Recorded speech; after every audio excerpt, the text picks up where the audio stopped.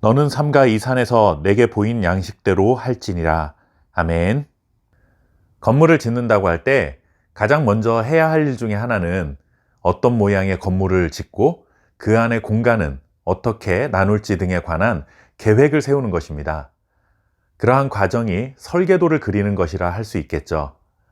설계도에 따라 건물을 지어야만 가장 안전하고 그리고 처음에 원했던 건물의 모양과 규모 그리고 쓰임새라는 이러한 결과를 얻을 수 있습니다. 하나님께서 이스라엘 백성들 한가운데 언제나 임재해 계신다는 의미로 성막을 지으라 하고 말씀하셨습니다. 가나안 땅에 들어가기까지는 이스라엘 백성들은 어느 한 곳에 정착하지 못한 채 계속해서 이동을 해야만 했습니다. 그러니 성막도 마찬가지입니다. 하나님이 임재해 계신 성막도 이스라엘 백성들의 이동에 따라 어디든지 그리고 언제든지 자유롭게 이동할 수 있는 건축물이어야 한다는 것이죠.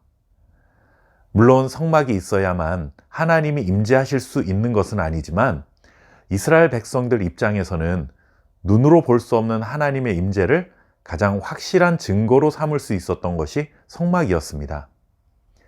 자신들이 이동할 때마다 성막이 함께 이동함으로 인해 가는 길이 어떤 험한 길이라도 또한 잠시 머물게 될 그 땅이 아무리 낯선 땅이라 해도 하나님은 언제나 우리와 함께하고 계신다라는 확신을 가질 수 있었고 그래서 염려와 두려움으로부터 해방될 수 있었을 것입니다.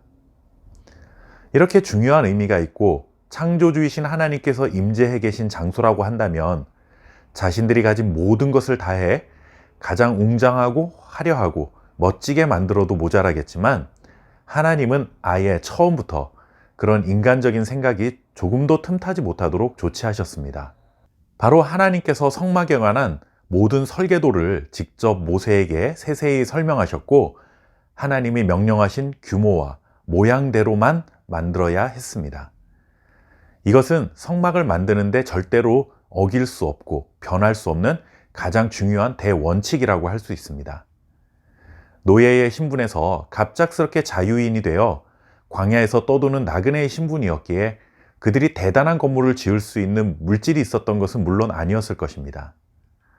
그러나 이스라엘 백성들이 아무리 풍족한 재물을 가졌다 할지라도 하나님이 명하지 않으시면 더 큰 성막, 더 화려한 성막, 더 웅장한 성막 이런 것들을 만들 수 없었다는 것이죠. 사람들이 모여서 그래도 창조주이시고 구원자이신 하나님이 머무시는 곳이라고 한다면 우리 모두가 힘을 합해서 적어도 이 정도의 건물을 만들어야 하는 것 아니냐 하는 이런 열심을 아무리 낸다 해도 하나님이 허락하지 않으시면 그냥 텐트 하나 세워놓는 것으로 끝내야 한다는 것입니다. 성막은 풍요로운 물질로 짓는 것도 아니고 자신들의 열심과 앞서는 열정을 자랑하기 위해 짓는 것도 아닙니다. 성막을 건축하는 데 있어서 가장 중요한 것은 하나님의 말씀대로 하나님이 보여주신 모양대로만 건축해야 한다는 것입니다. 절대적으로 하나님의 말씀에 하나님이 원하시는 것을 만들어야 한다는 것이죠. 이것이 성막에서 가장 중요한 것이지 성막을 짓는데 돈이 얼마나 들었나, 얼마나 많은 사람이 동원되었나, 얼마나 좋은 땅에 지었는가, 누가 제일 헌신했는가, 어떤 사람이 제일 중요한 역할을 했느냐 이런 것은 아무런 영향을 줄 수 없었다는 것입니다. 분에 넘치는 재물이 있다고 해서 하나님이 기뻐하시는 교회가 아닙니다. 남들과 경쟁하듯 충성 경쟁을 하는 성도들이 있다고 해서 하나님이 기뻐하시는 것도 아닙니다. 하나님은 하나님이 말씀하신 것에 순종할 줄 아는 그 마음, 그것을 기뻐하시고 그것을 귀하게 여기십니다. 세상 어느 누구도 거들떠보지 않을 천으로 만든 보잘것없는 그 텐트, 그곳에 내가 머물겠다 하나님이 말씀하시면 그곳이 거룩한 장소, 영광의 장소가 되는 것입니다.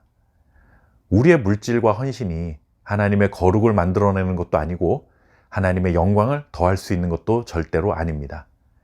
하나님이 가라 하시는 만큼만 가는 것이 믿음이고 하나님이 멈추라 하실 때 멈추는 것이 믿음입니다. 하나님보다 앞서지 않는 삶을 살아갈 수 있는 저와 여러분 될 수 있기를 바랍니다. 감사합니다.